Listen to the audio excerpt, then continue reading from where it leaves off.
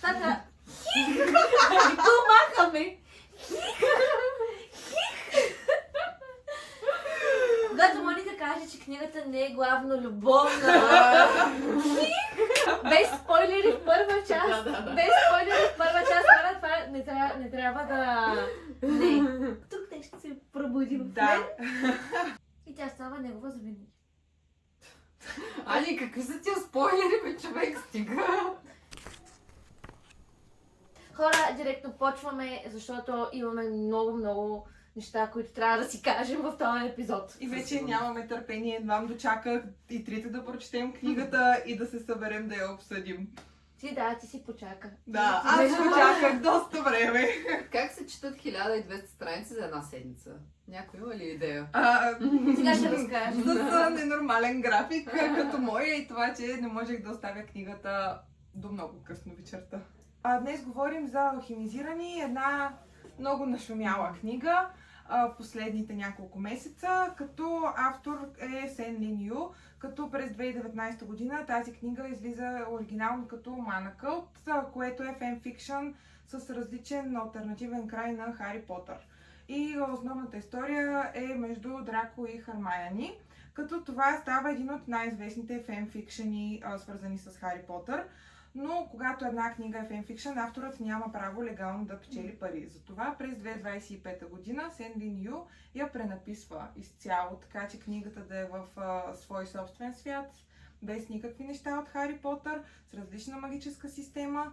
И септември месец излиза на английски, Алхимизирани, и октомври излиза и на български. Бях много въодушевена, че ще ви я дам за бук-клуба ни, като много се надявах Ани да я прочете и да й хареса, защото знаех, че на Ради ще й хареса, при положение, че това все пак е някаква фентази книга и тя не е чела толкова много фентази книги напоследък. Но пък от друга страна произлиза от Хари Потър фенфикшън. Да, което... Лудafенка. Да, и аз просто очаквах, че на нея много ще й хареса. Единственото притеснение беше Ани. Да, при мен беше въпросително. Ще разберем дали ми е харесала. Прочетох я цялата. Прочетох 1200 страници. Да. Това звучи стежно! Това звучи... Не, хора! Не, имах предвид, че понякога все едно е малко стряскащо, когато видиш 1200 страници. Да, признавам, леко, наистина, признавам си, стряскащо е, когато видиш 1200 страници на книга, чието жан, не си много сигурен, че е твоя жан, но прочетете я, хора. Лек хинт. Може ли да ни е харесала? Може би, само може би. В началото, когато почнах да чета книгата, първите 2 глави, аз се опитвах да направя връзката с света на Хари Потър. Ох, и аз. Нито. Да, беше неумишлено, просто вътрешно се чудих кой герой, кой е бил, нали, точно какво се е случило. Но след тези 2 глави, това нещо просто спря и оттам нататък влязах в самия свят на книгата и тотално забравих за връзката и с Хари Потър. И до края на книгата мога да кажа, че да, има някои неща, които частица от тях напомня. И може да направиш съпоставка. Може да направиш някаква съпоставка, но ако не си чувал, че тази книга преди това е била фенфикшън за Хари Потър, не мисля, че някога ще направиш връзка между тези. Абсолютно мисля, че книгата на 100% си заслужава изобщо да не бъде свързвана по никакъв начин тук нататък с Хари Потър, защото това според мен е наистина един цял нов свят, който може би просто авторката се е инспирирала от света на Хари Потър. Просто си е самостоятелна книга с един огромен свят, който може много да се развива. Както... Книгата за мен е едно дарк фентази, военно фентази с някаква любовна история вътре в него, която не мисля, че заема абсолютно най-предния план на самата история. Като общо взето става въпрос за една жена, Хелена, която е с изгубени спомени и се бори за своето оцеляване. Като всъщност е имало война, която лошите са пленили Хелена и се опитват да разберат тя какво знае, какво крие в своя мозък и в своята глава. Хелена идва от съпротивата, които са добрите, и в нейните спомени има голям шанс да е скрито нещо свързано с съпротивата. И те искат да разберат какво е това. Да. Като така се срещаме и с най-могъщия безмилостен некромант в света, и това е Кейн Ферън. И Хелена е негова пленница. И така започва първа част от книгата.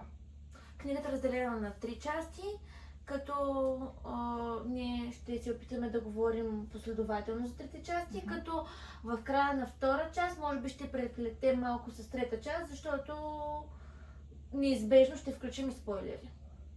Много е важно да отбележим, че тази книга, както Моника каза, е дарк, мрачна, с много сериозни теми и не трябва да се чете, мислейки си, че няма да повлияе на човек психически, защото е много възможно да повлияе на читателя по негативен психически начин. Има теми за самоубийство, за опити за самоубийство, за физически и сексуален тормоз, както и теми за как се отразява негативно на психиката на човек в войната и съответно и посттравматичния стрес, който идва след войната. Така че отново, нали, предупреждение. Ние ще споменем, ще дискутираме част от тези теми и ако не сте чели книгата и мислите да я четете, ако тези теми лесно ви разстройват, просто имайте едно на ум. Вселената на главните персонажи, вселената на алхимизирани, всички имат резонанс или, ако искате в началото го наричаме сили, които са обвързани с металите. Не всички хора се раждат с това да могат да използват този резонанс, но точно в Паладия, който е град-държавата, където се развива действието, почти всички са родени алхимици с силен резонанс и те могат да контролират различни метали. Техният резонанс го представете както в Хари Потър магията. Това е просто, тук е вид алхимия.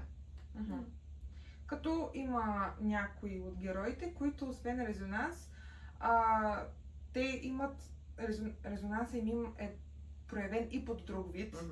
И всъщност те могат да въздействат на тялото или на ума на някой друг човек. Или двете. Или двете. И това има още два други термина за тях. Вивимантия е когато могат да въздействат на тялото и анимантия е на ума. Да. И ако не се лъжат, тези, които имат тези способности, са тези, които могат да връщат мъртвите обратно към живота. И да създават некророби, така ги наричат. Те не са истински...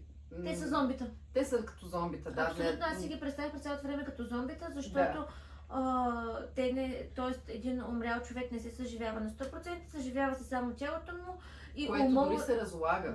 и ума му до такава степен, че той трябва да върви в права линия или да изпълнява нещо елементарно, което му е възложено от този, който го е съживил. В началото, както казах, Хелена няма спомени и всъщност на мен ми хареса в книгата, че книгата започва малко объркващо. И за нас, както и трите коментирахме, бяхме много объркани в началото на книгата, но аз правя съпоставката, че ние се чувстваме по същия начин, по който се чувства и Хелена. Точно, което е страхотно. Да. Много харесвам така написани. Не е страшно, искам само да вметна нещо. Става ясно по-нататък. Наистина първите няколко страници са много сложни и се четат много бавно, но след това всичко става ясно и става все по-интересно. Искам това да кажа, ако има някакви хора, които са започнали и не са достатъчно ентусиазирани, просто... И са срещнали твърде много термини. Да. Има доста термини, които в началото даже не са обяснени. Да. Аз мисля, че това е нарочно. Да, освен, че добре. Хелена също някои неща ги разбира на момента и ние ги разбираме с нея. Другото нещо е, че не са ни дадени термините и обясненията им наведнъж в началото и ние да ги прочетем и после да ги забравим, Да. по-скоро с времето се обяснява всяко нещо какво е. Защото иначе ти срещаш термини от сорта на вивимантия, анимантия, некромантия, некророб и всякакви такива различни личове, да.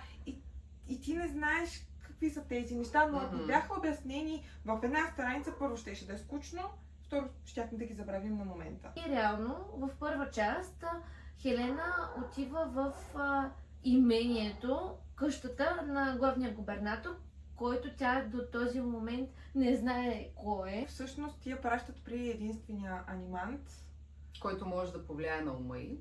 И да се опита да възвърне нейните спомени и да разбере какво толкова крие тя.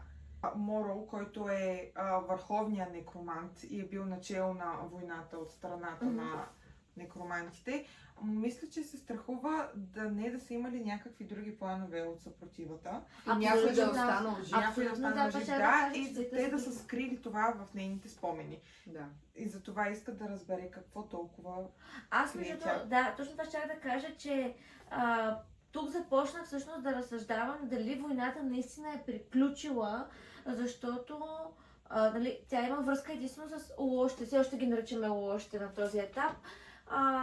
И те обясняват, че войната е приключила, обаче тя в този момент не вярва на абсолютно никой и все още тя си мисля, че съпротивата е някъде и я търси, може би. Като Да. тук на този етап в четенето ми, аз също си мислих, че чрез нея Кен Ферън иска всъщност да открие къде са съпротивата и аз всъщност не бях сигурна на този етап дали войната наистина е приключила. Да.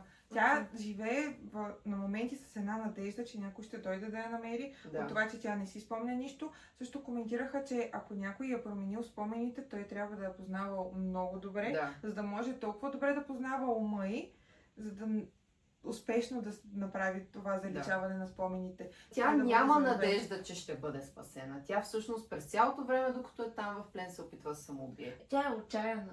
В смисъл, тя в даден момент в имението на губернатора беше изцяло отчаяна и виждах в нея, че просто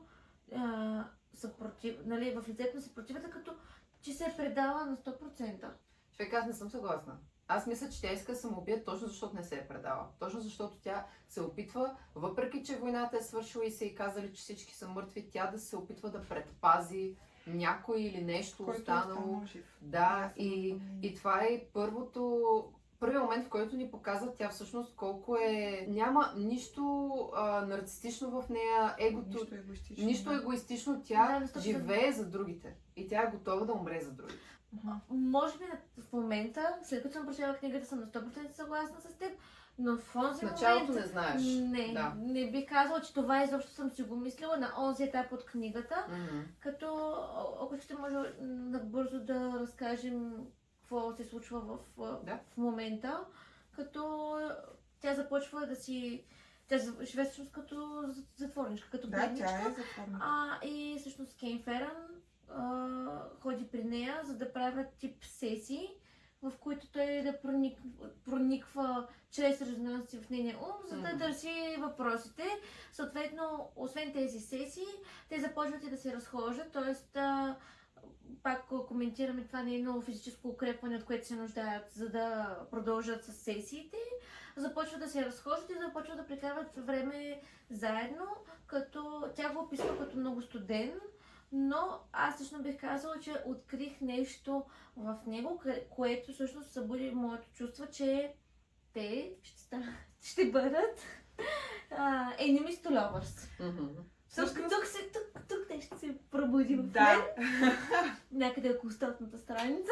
Аз също почнах да забелязвам лека по лека някакви прояви, може би на нежност Да. от Кейн. Случва се това малко нещо, тази малка проява на нежност и след това 5 глави сигурно, той е супер груп. Да, супер студент, Или го няма. супер груп. Да. Или го няма. Също има един момент, в който мисля, че празнуват Нова година. Да. Тя обикаля Да. и се разхожда из имението и влиза да наблюдава от една тераса, мисля, че е балната зала. Да. И това, което ми направи много силно впечатление там, е как на Нова година, след като, понеже Кейн има жена, Аурелия, мисля, че до сега не го споменахме Оговорен това. брак, малко Да, се връщаме съпругата назад. му. Да, Това не е толкова да. важно и интересно. На Нова година той целува Аурелия, докато гледа Хелена в Мгм. очите. След като Моро и неговите последователи печелят войната, Лошите. така да, го и кажем. даже още от преди да спечелят войната, по време на войната, той успява да направи последователите си Неумиращи. неумиращи, което буквално означава, че те не могат да умрат, те са като безсмъртни. Ако бъдат ранени, много бързо се възстановява тъканта и всичко. Но ако е някаква рана, която няма как да се възстанови, те успяват да извлекат душата им и да я вкарат в тялото на некророб. Да, Това са така наречените талисмани.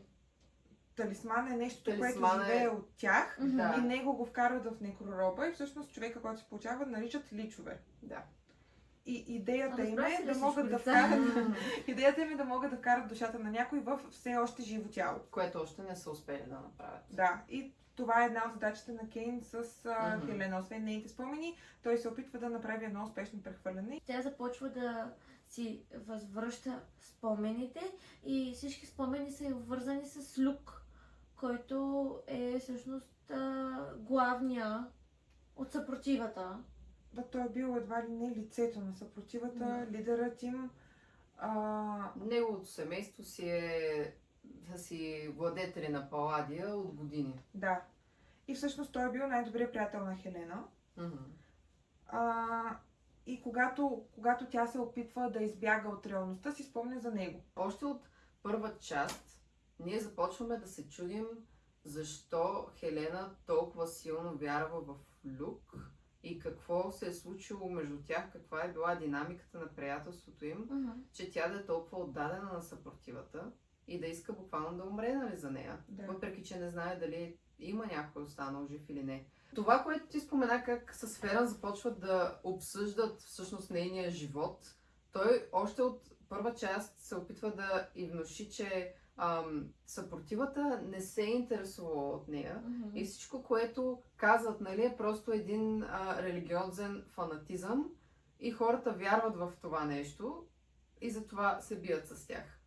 И всъщност, нали, Хелена, тя самата си мисли как, нали, не е вярвала чак толкова на цялата религия около Люк Холдфаст и неговите последователи, но е вярвала в него самия.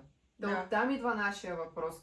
Какво им е било приятелството, какво толкова се е случило, че тя да вярва толкова много в него. И че и да иска да бори за даде него. своя живот за това. Хелена всъщност има вивимантия Което беше контролирането на тялото. И всъщност разбираме, че тя ги е било страх от това, защото те първоначално не са приемали факта, че тя има вивимантия и за да я приемат в обществото, са я накарали да стане лечителка и да я подложат на процедура. Направили се стерилна. Не Да, са и премахнали, направили се стерилна. не са и премахнали никакви Това органи. е било, описали са го за нея като цената, Която трябва да плати. която трябва да плати, за да и дадат това, което да й дадат възможност да стане лечителка и, И да част бъде от в съпротива. Да. част от съпротивата, част от техния свят, защото тя е чужденка. И защото е вивимант. Да. И всъщност още И тя тогава... трябва да продължи, извинявай, да Да. си изкупва вината просто, Да. че... Да, че има Вивимант. такива сили. И това си Което- го мисли тя. Което на мен още тогава ми се стори супер странно. Мисъл, това не звучи изобщо окей. Нали, за да плащаш такава цена, само защото ти имаш сили, които другите нямат. Мгм. Тоест тя ги е страх от тези сили. Да. Или изобщо правилата им на живот са абсурдни и супер Мгм. крайни, защото аз, нали, като го прочетах това, не си мислех само за нея, а за всички момичета или момчета, които трябва да участват в този свят, в тази вселена в Паладия, които трябва да плащат някаква супер висока цена. И да живеят по определени правила, както някои определени хора просто решат. Със сигурност много добре е описан сексизма в тая Да, книга, между да. другото. И ние го виждаме не само в случая на Хелена, и въобще с това жените алхимици, нали, как по-скоро, нали, по-рядко са допускани до някакви по-високи нива на алхимия, но и също при Аурелия, която споменахме, че е жената на Кейн Ферън, която всъщност в един момент разказва на Хелена, че тя буквално е родена, създадена, за да се омъжи за Да. Ферън. Да. Нейните родители са я създали с идеята, че тя ще има определени сили и тези сили ще се харесат на семейство Ферън и те ще Подходящо, да. поискат за жена на техния син, Да. за да имат, нали, наследници и да се продължи точно тяхната сила, техния резонанс, който е свързан с желязото. Да. ако не се лъжа, да. Което да го прочетеш всичко това. Направо Да. да се скъса сърцето. Да.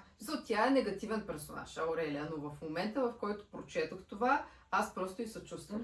Първа част приключва и може би всички сме все още, както и Хелена, в неведение какво точно трябва да се случи с нея, но всъщност започва и втора част, където се връщаме няколко години назад, докато войната все още е доста в разгара си, Мгм. да. И всъщност се запознаваме с Хелена, която работи като лечителка в болницата. Тя е от съпротивата всъщност и по този начин тя участва в войната. Главните персонажи в съпротивата са Люк Холдфаст, който е, нали, владетеля на Паладия, Да, Лайла Баярд да, и брати. и брати Сорен, които са неговите паладини. Един вид дясната ръка, главен Да. командир, Офицер, да. офицер. По-скоро, нали, тя е главната, но брати много често и помага в Мгм. тази роля. Като тяхната основна цел в живота е да пазят Да пазят наследникът Холдфаст, Да. в случая на тях Люк. Те са дали клетва и наистина Моника, когато казва тяхната основна цел в живота, наистина, буквално, На цел в те живота. трябва да умрат за него. Нямат нещо друго, което да им е по-важно в живота Мгм. от това. Мгм. Да. В битка и не само. Тяхната цел е да спасят него и да жертват себе си. Дори да ги заловят или да ги убият, най-важното е Люк да остане жив. Ето толкова крайни са всъщност от съпротивата. Мгм. Защото малко по-рано казахме, че наистина са изключително крайни. Ето толкова. Това е пример, конкретен Мгм. пример за колко крайни Мгм. са всъщност съпротивата. Хелена, мисля, че и за Хелена това не го споменахме, че всъщност тя не е от Паладия. Мгм. Тя е от някои от северните острови. Не, от южните, Елрас. от южните От острови. Южните острови. Но понеже е имала много силен резонанс като малка, те й дават стипендия всяка година, за да може тя да учи в Паладия. химичната Кула, кула. да. Да. И Представете си го между университет и училище, аз така си го представя. да, нещо такова. Той и двете. Да. Да, но всички са супер умни, според мен. Да, Всички са така е. супер Мгм. интелигентни, Интелигентни са, да. освен Люк. Аз наистина хора за Люк просто бях... Той е наивен. Не, Да. аз просто поставено лице и наистина ти както казваш дете, ето толкова не му се възхитих в книгата. Аз може да съм много крайна, но наистина. Аз също. Ама хора, Реално? истината е и в реалния свят супер много хора, които са на такива позиции, Поставени. са поставени Да. лица, Мгм. както беше той. Един красавец такъв го описваха. Да. Наистина го описваха като слънце, Много, като много. Да, че той човечко привлича- слънчево, такова да загрее зад него. И че той привлича всички с чара си, с Да. начина си на... Как говори с хората. Хелена предлага на едно от събранията, които имат, предлага да започнат да съживяват и те хора. Тя да го прави, защото тя е единствения вивимант в съпротивата. И нейната идея е след като умрат на бойното поле, тя да ги съживява, за да може да имат втора вълна от нападащи. Но и също само с предварително Съгласие. от войниците, От войниците. които ще бъдат И пред- само в оживени. рамките на битката, мисля, Да. че. Защото по принцип идеологията на съпротивата е такава, че тялото е свещено и след Това е религията, като, всъщност. да, след като почине някой, те го изгарят. И отзвука след нейното предложение е Много негативен. да, страшно негативен. Те и забраняват да комуникира толкова много с Люк, за да Да. може да не си помислят всички други, че той е съгласен с нея, за да може името Holdfast да остане непокътнато с перфектна репутация. Те ограничават нейния достъп до всички. Мгм. Започват да не я взимат много на сериозно. Единствено я оставят да седи в болницата, да работи като лечител и тя се затрупва с работа и работа, без да има контакт с никой. До един момент. Да, докато не я извикват един ден и не казват, че имат вътрешен човек при некромантите, който иска да работи с тях и да ги снабдява с информация, но иска неговата връзка да е Хелена. Сега е момента да спрете видеото, ако не искате да разберете какво точно се случва в книгата, защото ние ще навлезем в спойлерите. И точно те започват с това, че човека, който иска Хелена и иска да помага на съпротивата, но само с връзката да бъде Хелена, е именно... Кейн Ферън. И още при първата им среща, той казва, че иска тя да е негова завинаги и я кара да се закълне. Но само по нейно съгласие. Да, но тя е съгласна, защото тя иска да направи всичко, за да Всичко помогне за на съпротивата, съпротивата. да. И всъщност тя се кълне, че е негова завинаги. Но какво значи това? Според мен тя изобщо не осъзнава какво означава тази клетва. Той ние всъщност не знаем точно какво има предвид Кейн под това, че иска тя да е негова завинаги, но тя даже не се замисля. Да. Просто прави абсолютно всичко за съпротивата. Тя Да. веднага се съгласява. Ама аз тук пак се вършам за това, че си мисля, че тя просто е и отчаяна.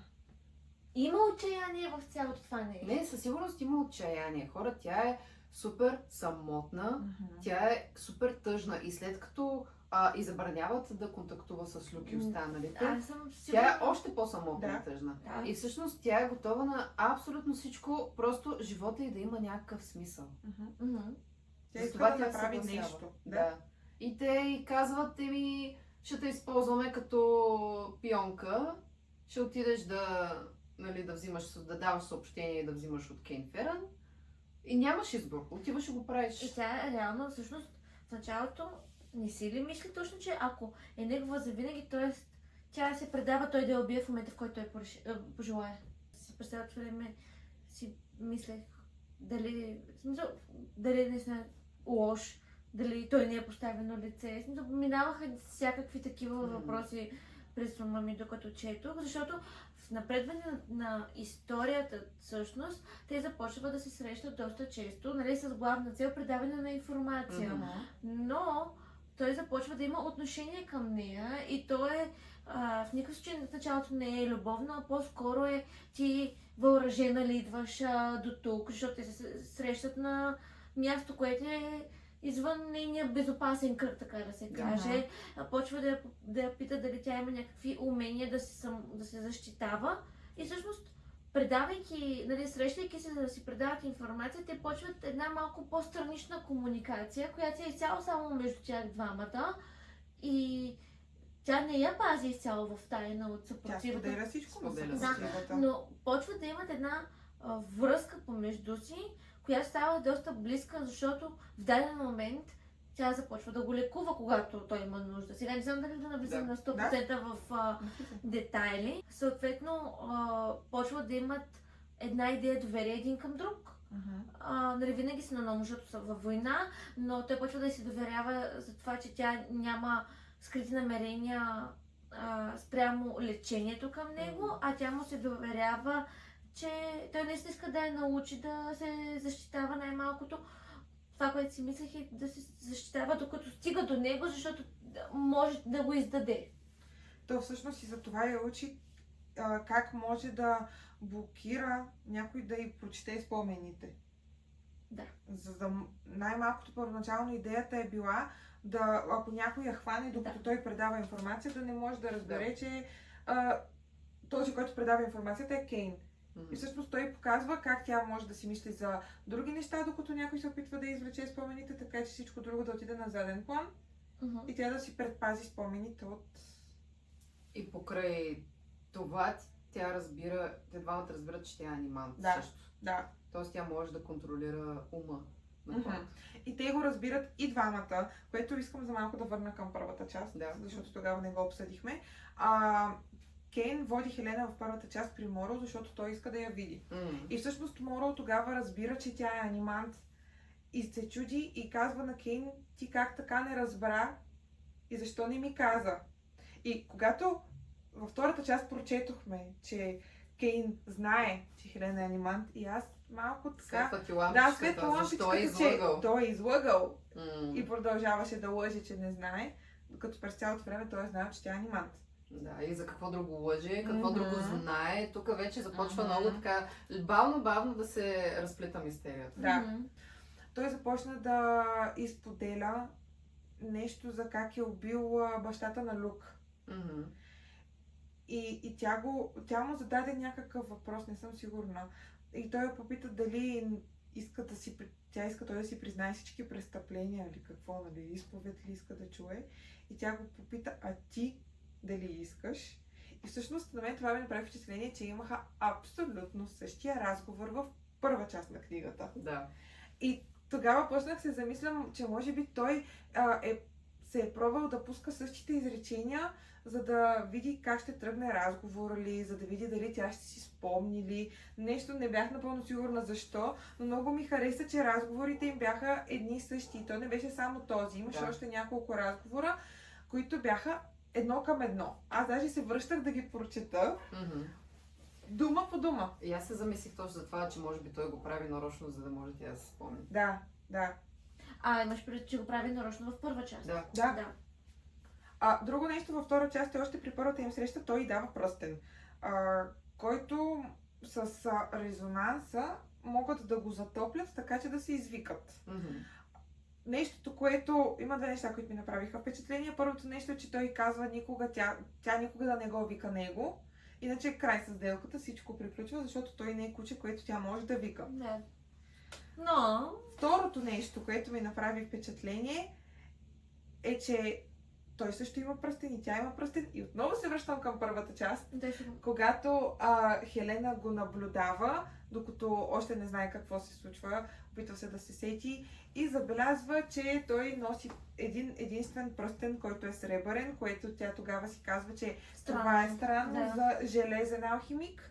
Не носи брачна хълка, нищо друго, само един пръстен и го пита за него. И всъщност той казва, това е просто старо бижу, а това е пръстенът, с който комуникира. Ние разбрахме ли дали всъщност тя също не носи нейния, защото тя във втора част някъде си по времето не си да го скри по някакъв начин? Не, тя го носи през цялото време. Тя го носи. Ама не беше ли скрит по едно? Има преди, че тя си го... За да не я хванат случайно, нали, да видят пръстена, тя с алхимия, с резонанс си успява да го скрие. Много носи. И точно това не мисля, че го коментирахме в даден момент, но не стана ли ясно дали го е продължила да го носи? Да, стана. Носила го. Просто е бил скрит, защото аз спомня момента, в който тя си го скри. Да, и тя самата не си е спомняла за това, че на ръката си има пръстен. Да, тя толкова е свикнала с него, че вече дори не го усеща. И не го и вижда заради магията, която му е направила. Та, в всяка изминала тяхна среща, ние започнахме тук нашия буклуб да се усещаме, че ето е любовната история, която беше изключително добра. Много добра. И аз до последно не вярвах, че това ще стане любовна история, защото той беше зъл. Кей се държеше като злодей с нея в повечето време, но в моментите, в които показваше и се отпускаше да покаже емоцията си към нея, беше същото време толкова мил и предпазлив. И може би на мен най-много ми хареса тази негова черта, че беше супер предпазлив за нея и супер много я защитаваше и... Има причина той да се държи като злодей.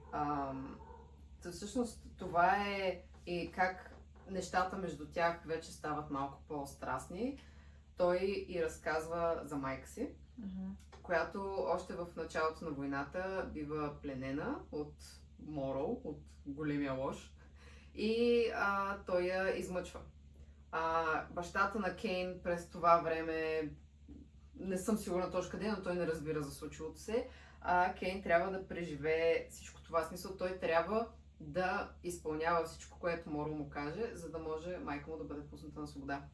В крайна сметка, по една или друга причина, поради всичките лоши неща, които се случват на него и на майка му, тя умира.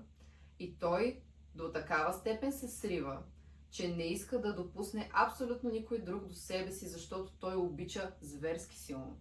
И не може просто да го преживее отново. Не иска и не може да го преживее отново. И всъщност, когато започва да изпитва някакви чувства към Хелена, той много дълго време ги отхвърля тези чувства и се държи още по-лошо с нея, защото не иска да си позволи да изпита нещо. И всъщност, той като се държи още по-лошо с нея, мисля, че така се опитва да я отблъсне, за да може тя да не иска да продължи повече комуникацията си с него. И всичко това да могат да го предотвратят. Но в крайна сметка се поддава. Но как точно се случи? Аз не си спомням. Аз си спомням. След като разказа за майка си, се прегръщат, Всъщност не, той разказва за майка си след това. така ли? Те преди това се случиха нещата. Те се напиха Те и се тя остана да напиха, спи да, там. тя остана да спи там и всъщност това показа една негова малко по-нежна страна. Мгм. Показа ни, че той я харесва такава каквато е, защото точно това е с косата, което ти беше коментирала. Защото Хелена има една много буйна и къдрава коса. Тя всъщност е и малко по-тъмна, като... В смисъл, тя е различна раса. Почти всички в Палладия са бели и руси синеоки. Да. Докато тя е малко по-тъмна, с къдрава тъмна коса. По-атлетична е. Да. И всъщност те не я приемат в Палладия такава каквато е. Тя през цялото време ходи с много стегната коса. Мисля, че на На две плитки на плитка, събрани, които като да. венец са събрани отдолу.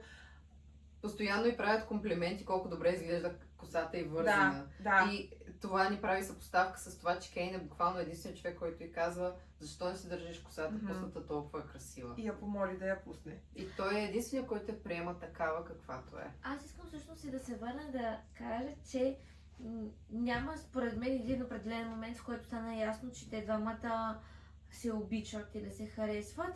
И според мен това си е типична цел, защото до последно Хелена не искаше изобщо да мисли за нещо такова, което да се случи в нейния живот, нещо хубаво, което да се случи в нейния живот. А както казваш, че Ради, той също не искаше да се случи, така че те просто тяхната любовна история вървеше ето така, паралелно с това, че те не искат да имат любов в живота си. Нали, той единия не иска, другата си мисли, че не заслужава. Докато се накрая не се поддават. накрая те просто, според мен, войната ги притисна до стената. Просто и те си признаха. И двамата Но- имаха нужда от някой. Да.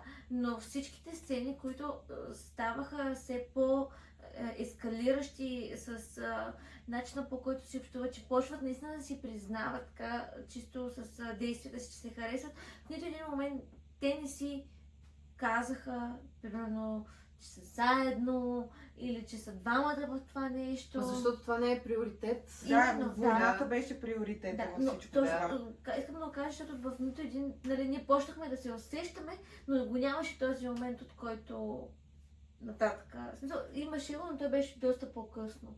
Но всъщност имаше много...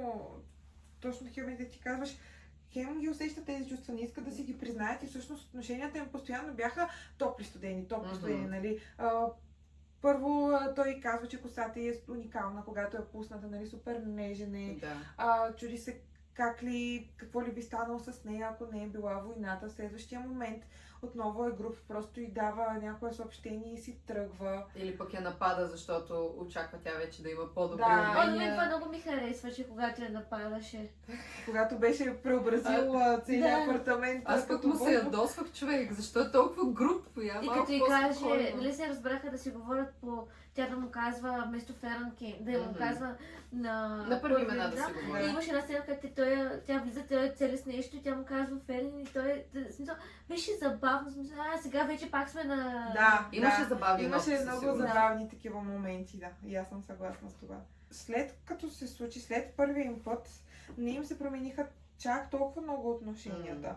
Но тогава Хелена, нали, замина на една мисия с Сорен. Да, да Всъщност, Това ми е да. най-противният момент в цялата книга, честно.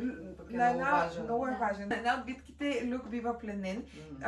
И всъщност Сорен предлага на Хелена да отиде с тях да го спасят. Като имат информация, че той е в един от затворите на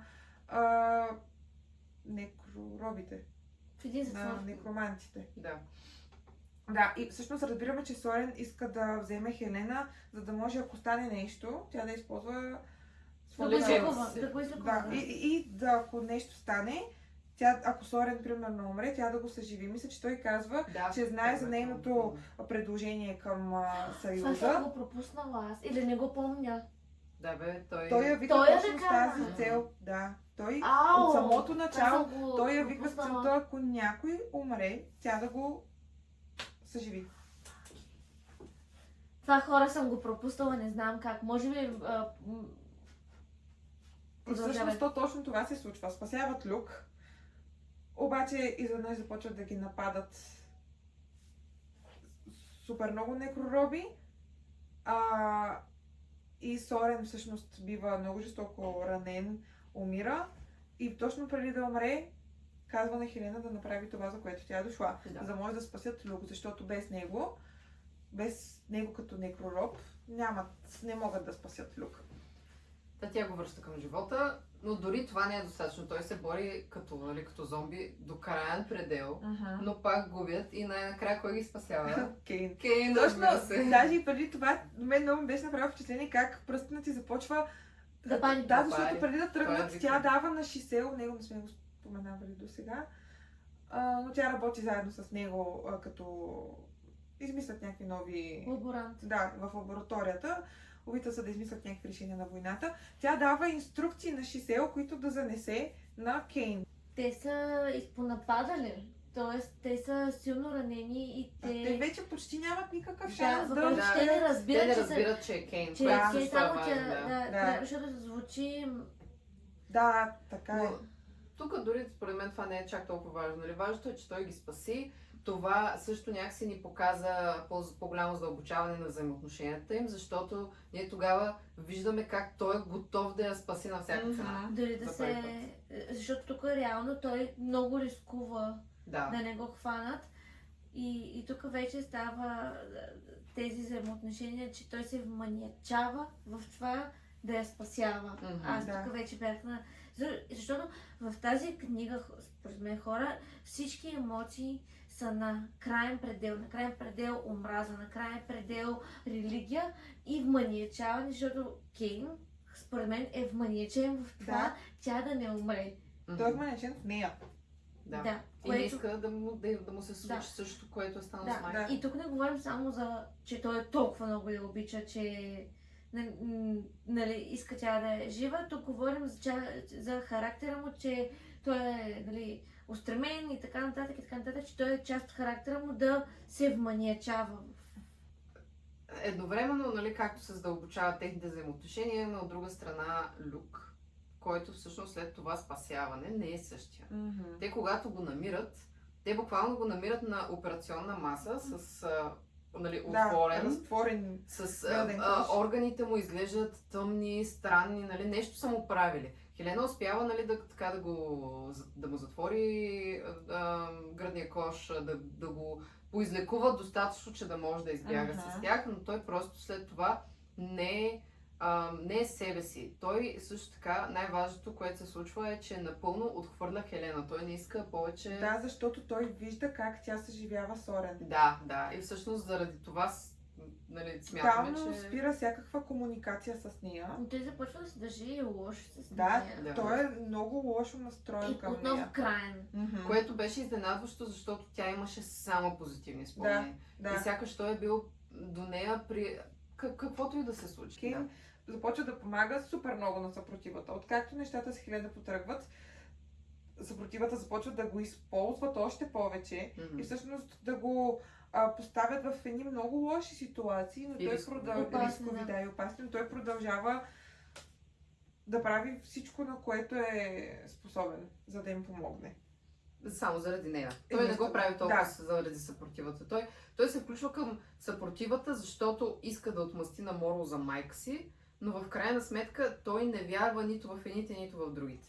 И всъщност, даже той има един коментар по някое време в книгата, че той в момента се има двама господари, които се бият за едно и също нещо и взимат всички от него. Да. Той просто в момента е като роб и на двете страни на Да, войната. тук беше момента, в който започнах да го съжалявам. Може да метнем в сюжета, всъщност и Лайла Баярд, която само споменахме, че е главен паладин на Люк.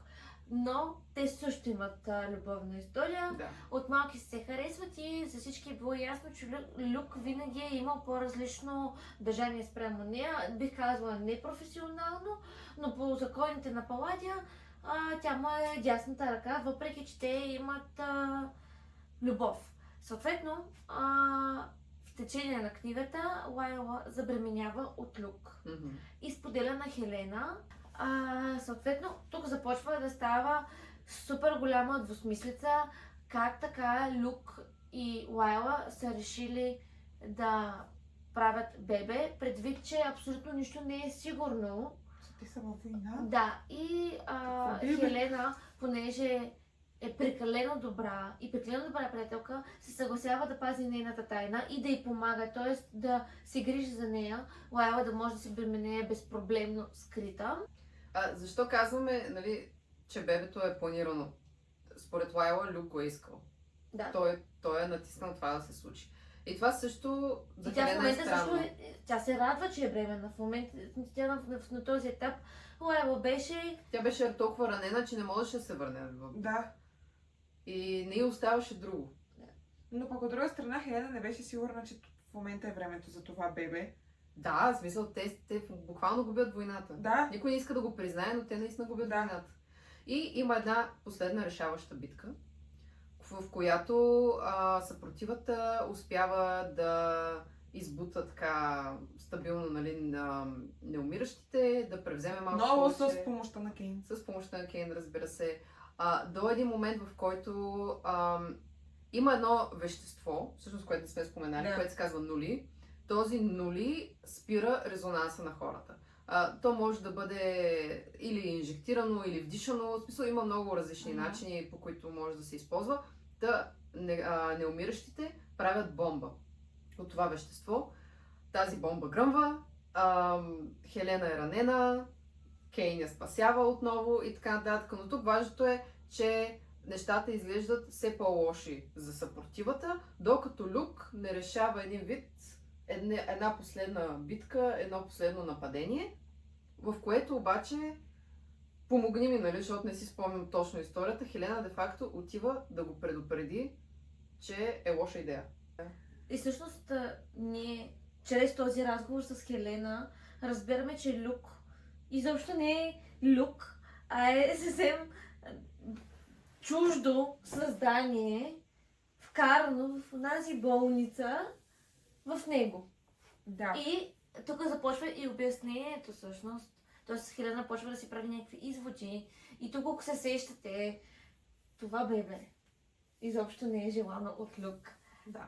И Всъщност Морал иска това бебе, за да може да има още един наследник на рода Холдфаст, който Морал да използва, за да възобнови своите сили. Да, всъщност другото голямо разкритие тук е, че Морал е един от първите алхимици. Те са били двама братя, алхимици, първите от преди, не знам, 1000 години, и той е останал жив, защото е използвал буквално хората и тяхната жизнена сила да се захранва и да стане безсмъртен.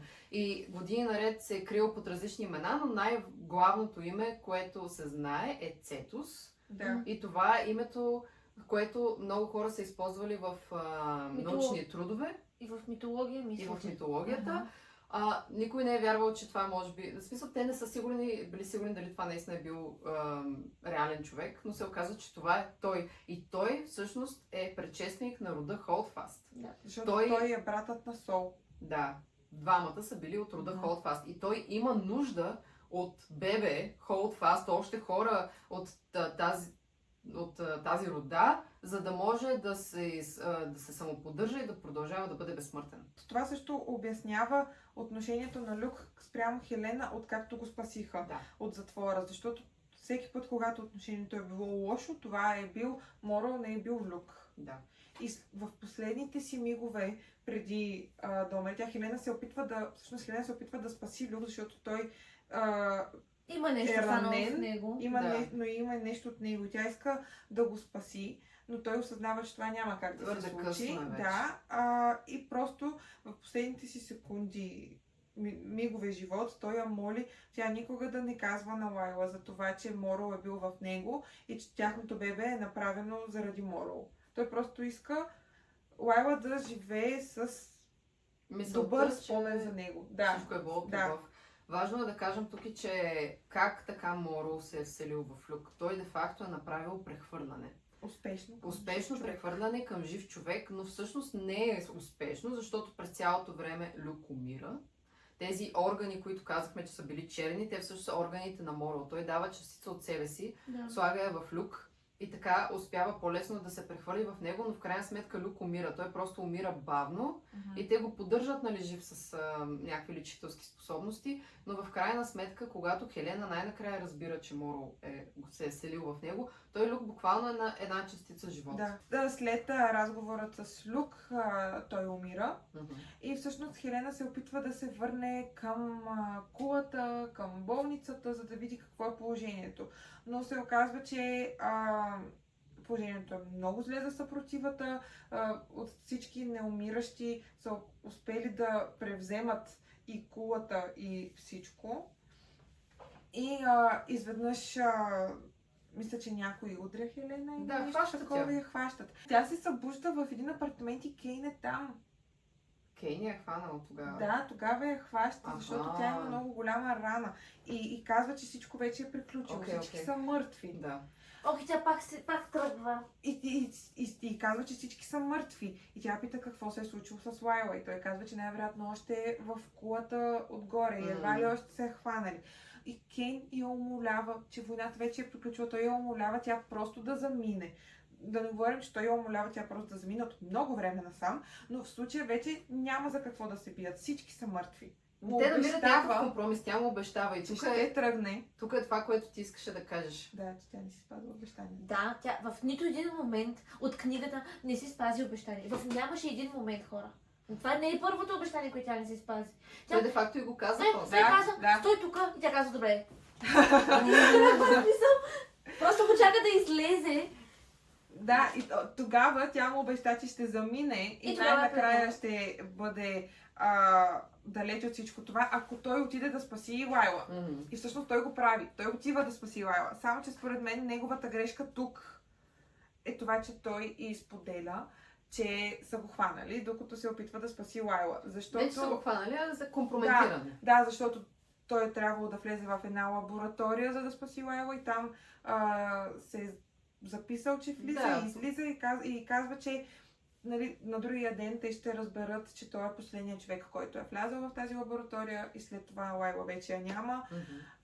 И тя като го осъзнава това, просто всичко се срива. Тя се срива, според мен. Защото Да, със сигурност. осъзнава, че заради нея, заради нейната молба той да спаси Лайла, неговия живот е в огромна опасност и той на другия ден ще бъде хванат. И тя през цялото време се надява, че те ще могат да избягат заедно. Той Да. не спира да й казва, не, ти ще избягаш, аз ще умра. Обаче тя не иска да го повярва. Тя не го приема това. И до край смята, че те могат да избягат заедно, но сега изведнъж тя е причината, поради която той няма да може да оцелее. Да.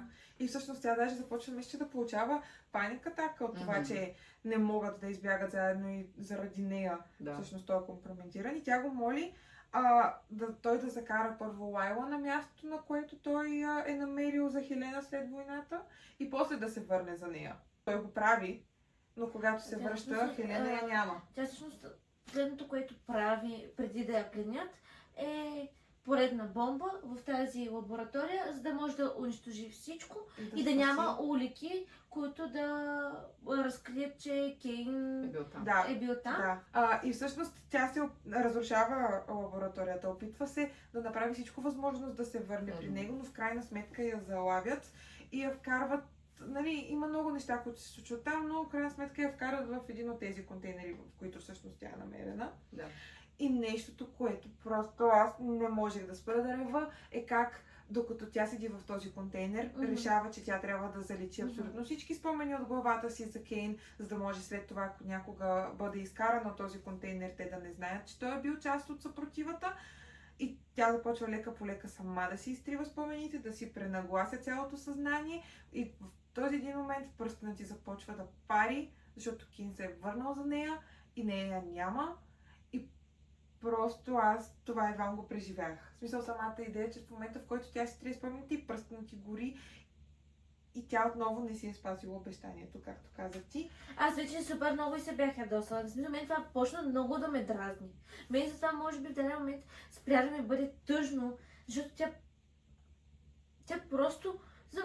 Той беше силният характер, който беше господаря и казваше какво ще се случва. И тя беше, аз ще правя всичко, което трябва да направя за войната. И в един момент той я моли за някакви неща.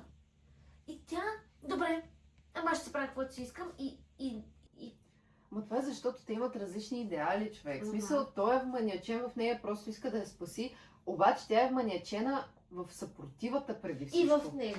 Да, и в него тя иска да спаси и съпротивата, и него. Тя иска всичко. Иска всичко наведнъж и Това когато не вижда трябваше. някаква възможност да направи каквото и да е за една от двете страни, тя го прави. Мгм. И тя затова не може да спази обещанията. И аз го разбирах това нещо, защото тя И аз просто го е такъв разбирах. човек.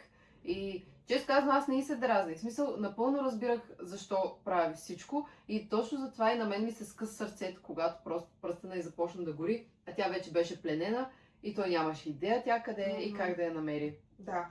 И просто аз тогава почнах да рева, и да рева, И не да спря да рева. ревеш. Не спрях да Почна рева. да четеш трета част и продължи да ревеш. Аз също в трета част обаче вече Аз се разплаках. Тогава започнах да се връщам в първа част, както и ти прочете. Аз препрочетох първа част след втора, да. Аз основните моменти и основните им комуникации в първа част имах чувството, че чета от гледната точка на Кейн.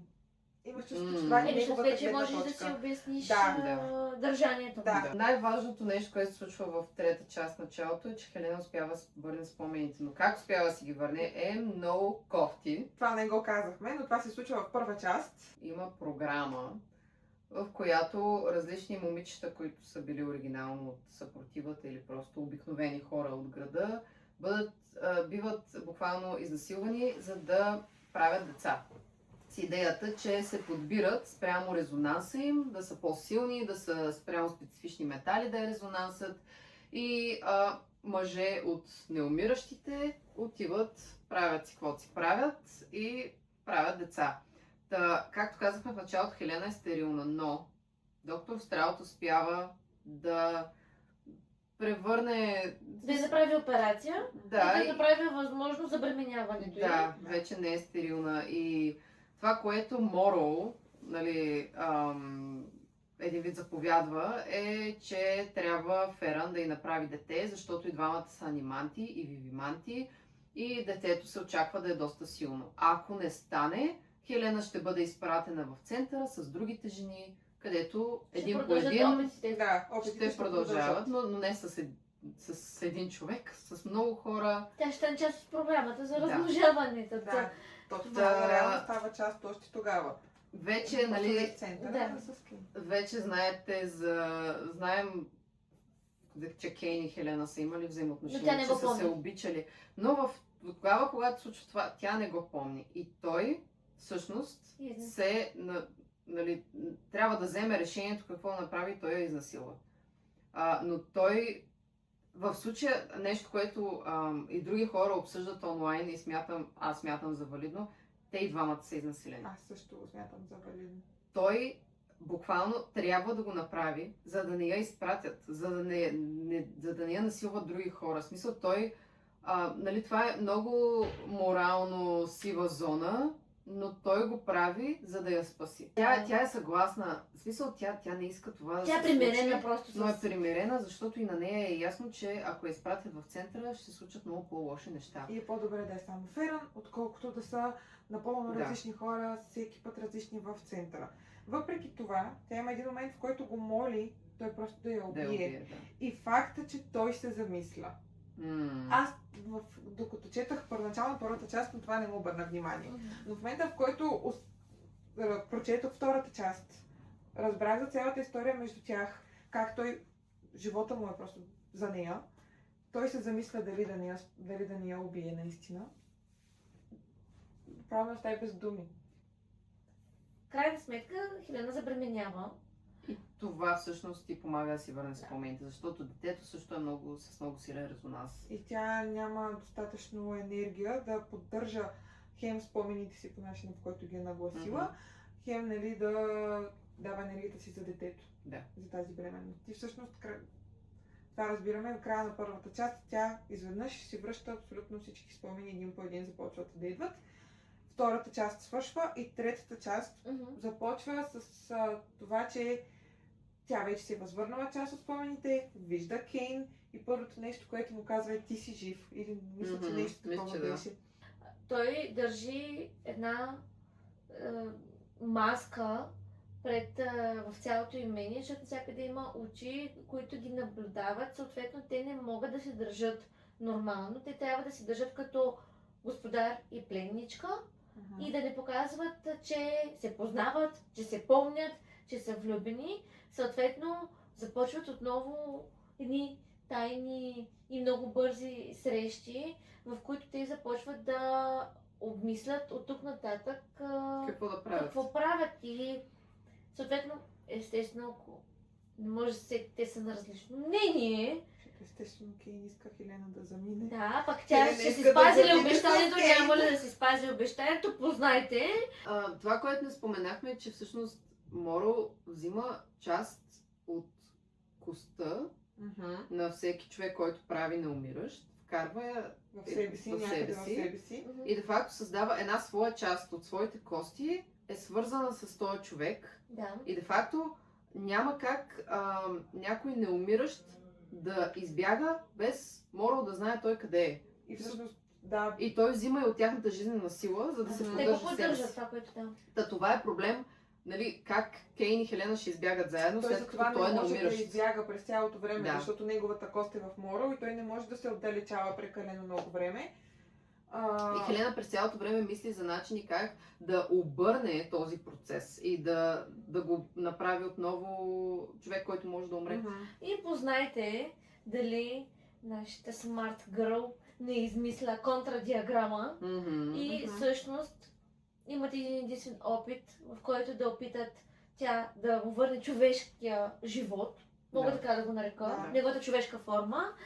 Съответно, през нелесни премежи трябва да преминат, за да достигнат до възможност, в която тя да може да го постави на място, което е определила, по начин, по който е изчислила, за да може да направи, както каза ти, обратния ефект Да. на това да е неумиращ.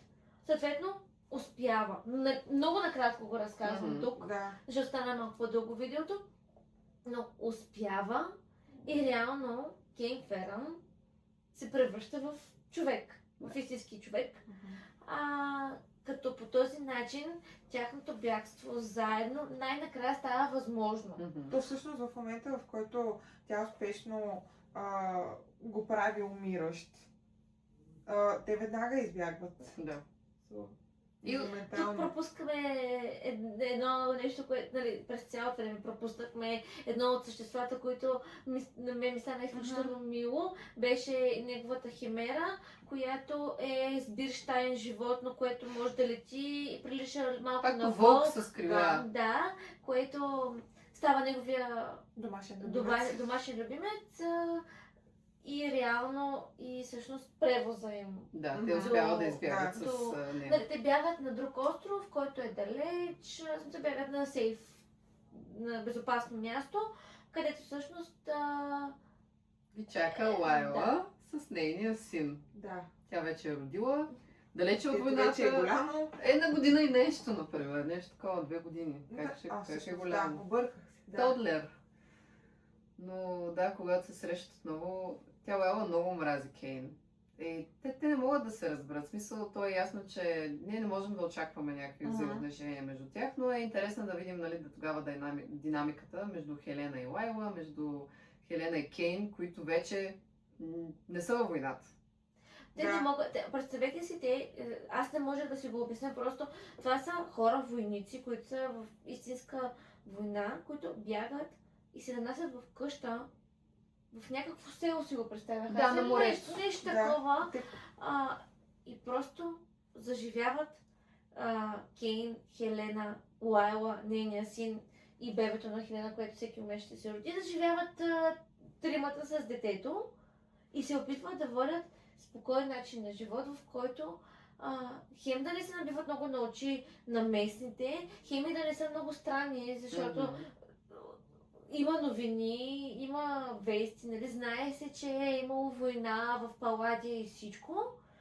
В крайна сметка постигат някакъв мир, вътре в себе си, един между друг, до момента, в който Лайла Баярд решава, че тя има цел в живота си. Тя се сеща, че има цел в живота си, която е всъщност да брани честта на рода си и реално на рода на Люк. И решава да се върне в Паладия. И да убие Морол.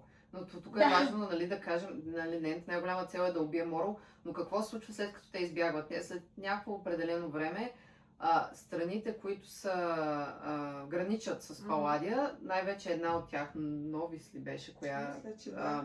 така беше най-главна, те най-накрая решават така по-стабилно да се включат във войната, когато виждат, че неумиращите са доста разхлабени, в смисъл... Тук всъщност вече почти всичко е приключило, почти няма неумиращи, те на готово се включват във войната. Да, и успяват да ги победят и всъщност да съградят една нова Паладия. И Лайла иска да се върне в тази нова Паладия. Тя не се чувства добре да живее далеч от това място, защото, както казваш, нали, смисъл, целта на живота е да развива рода Holdfast и да се бори за него.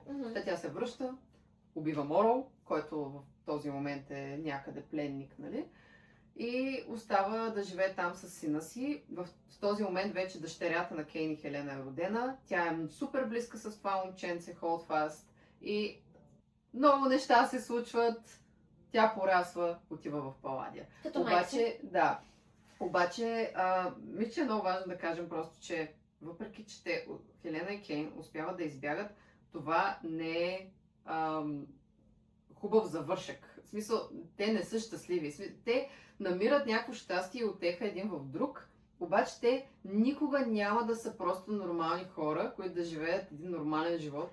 Просто Според войната, мен, просто за те мен са войната ги съсипани. съсипа. Ама това е нормално.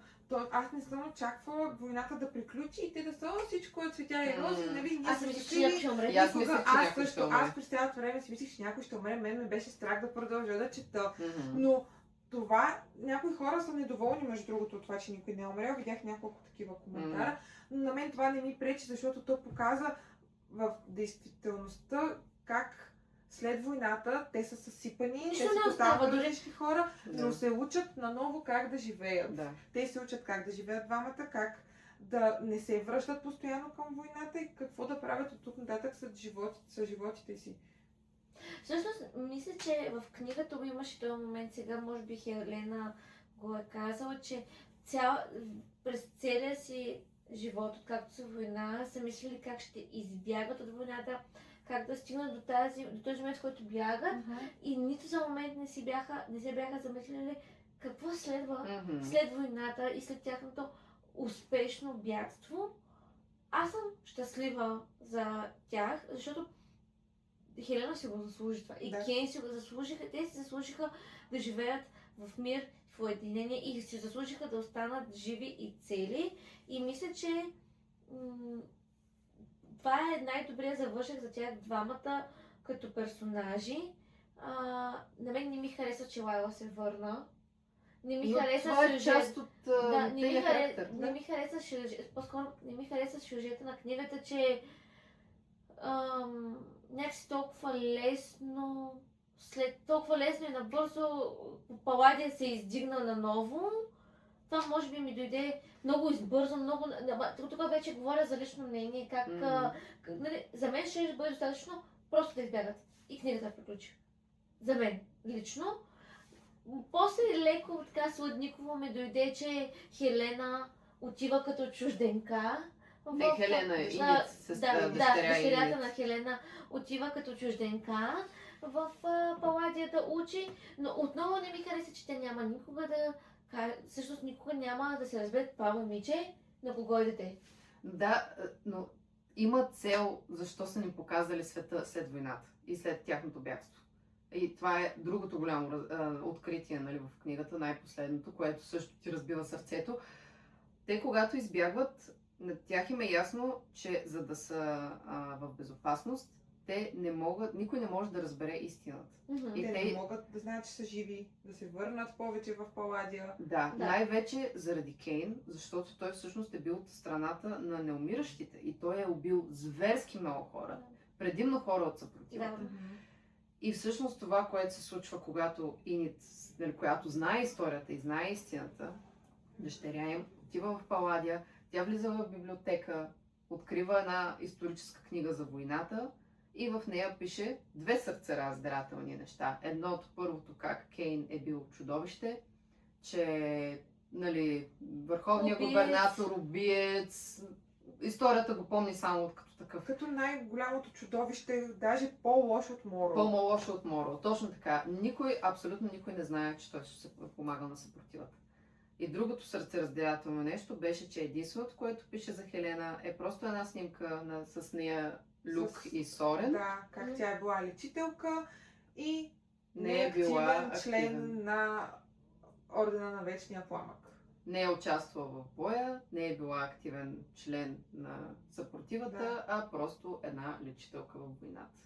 А всъщност тя буквално спечели тази война. В смисъл, тя Ако направи не бяха всичко. тя, така. Тя И е тя е Кейн. бомба. Ако не бяха тя и Кейн, Нямаше как да Нямаше. се промени Да. войната. Но на мен, аз съм окей, защото дъщеря им знае истината. Мгм. да, и всъщност за тях не е толкова важно, нали, всички други да знаят истината. Тя, реално Хелена избра това, защото Лайла и каза, че никой няма да знае какво е направила Да. за войната. И тя с напълно ясно съзнание каза, че няма как да се върне някога в Паладия и предпочита тя да не бъде запомнена. Но все пак това, че и на двамата живота им беше омаловажен по такъв начин. М. А Трябва... А Хелена беше омалуважавана през цялата книга от съпротивата. да. Кейн беше единствения, който вярваше в нея и казваше, че тя значи нещо. Да. И накрая историята я запомни по същия начин, както всички останали. Никак. Мгм. Има толкова много важни моменти в книгата. Няма един персонаж, който да е Да. така за нещо сложен. Всичко в тази книга беше нужно. Според Да. мен нямаше нещо излишно. Всеки един персонаж, който е малко по-второстепенен, имаше някаква главна роля накрая. Имаше някаква цел и тези 1200 страници имаше защо да са 1200. И не се усетиха като толкова. Защото Аз си историята... ги усетих. Аз не ги усетих. Аз ги усетих и не съм сигурна, че... Първо да кажа, че аз първоначално дадах 4 звезди на книгата. Мгм. Прясно след като я прочетах. След седмица, може би, все още мислих за книгата. Не говоря само, че сме се говорили да я обсъждаме. Аз мислих за книгата и си замислих, че щом аз една седмица мисля за книга, която съм прочела, също тази книга заслужава 5 звезди, давам 5 звезди. Бих казала, че усетих 1200 страници като 1200 страници, може би и заради ежедневието и периода, в който четах книгата, защото ми Много беше възможно. изключително натоварен в работен план самия период. Може би това леко допринесе за това, че малко забавих самото четене, малко ми се проточи, но бих казала, че може би тази книга ще я прочета отново. Не казвам, че ще е скоро, но бих я прочела отново книгата. И аз. Нямам търпение да я забравя и да я прочета Да, отново. Може може да кажеш твоята оценка? 5, веднага. В смисъл, то ми беше ясно. Беше ми ясно още от първите 100 страници. Понякога просто книгата се усеща. Начинът, по който е написана е страхотен. Историята е страхотна. Грабна ме още от началото и 5 звезди със сигурност. превода на български език. Уникален. Да, бих казала, че това между го написах, сега се сетих. Да. Имаше изключително много терминология. Според мен аз лично не бих могла да прочета тази книга на английски. Няма да я разбера на 100%. Превода на български беше страхотен. Нямаше нещо, което да е двусмислие или да не се подразбира да е използвано чуждица по някакъв Мгм. начин. Мгм. Превода беше наистина страхотен. Но аз също няма как да й дам някаква различна оценка от 5 звезди. Всъщност, ако има повече, бих и дала повече. Като Ради и аз го усетих още от самото начало. И като Ани не можех да спра да мисля за книгата, даже не една, а няколко седмици по-късно. Особено след като те продължаваха да я четат. И аз сещах за някакви неща от сюжета и се връщах да си препрочитам някои глави. Излизаха ми тиктоци, аз се разревавах отново. И това в продължение на 2 седмици аз бях в една пълна дупка и не знаех какво да правя с живота си, не знаех какво да продължа да чета, защото нищо не ми беше интересно. През цялото време в главата ми беше тази книга. И за мен това мисля, че ми стана любимата книга, поне за годината със сигурност любимата, но мисля, че и като цяло. Това Моника за първи път го казва в живота си. Ние сме водили и друг път дискусии, Да. как един човек няма как да има любима книга. И това е жестоко, че има книга, която те накара да имаш любима книга. Просто ме разтърси. И това е, че аз не бих казала, че това е роман тази книга. Съгласна съм. Е, Не, аз също не че мисля, това че... я уважава. Да.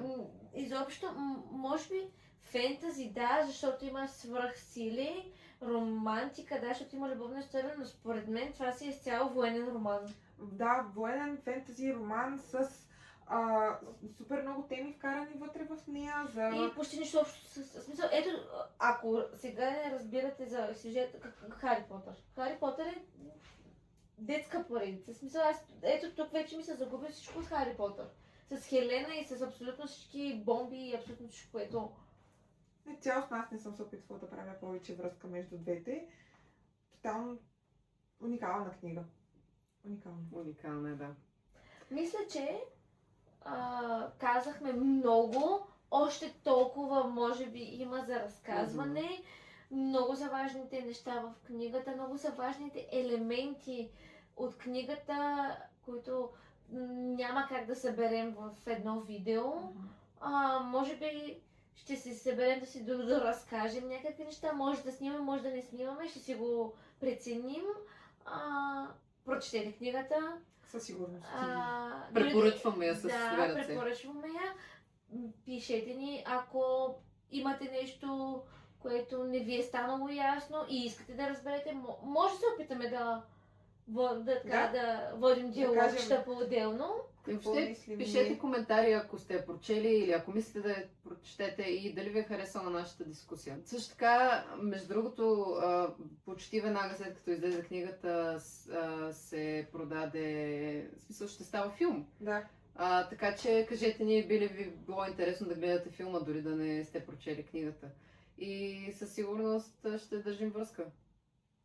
Може би тази книга ще бъде малко по-дълго обсъждана, не само в бук клуба, ами може би и в бук средите, защото гледаме в момента, имаше една вълна на четене, сега мисля, че те първо ще започне още една, понеже в книжарниците се показва все повече, така че оставаме отворени за коментиране дори и в продължително време. Да. Книгата, която ще обсъждаме следващия път е на Фредерик Бакман, Моите приятели. Така че ако случайно сте чували за него, което е много вероятно, или ви се струва като интересно четиво, може да ни гледате. Бай! Това беше от нас. Чао!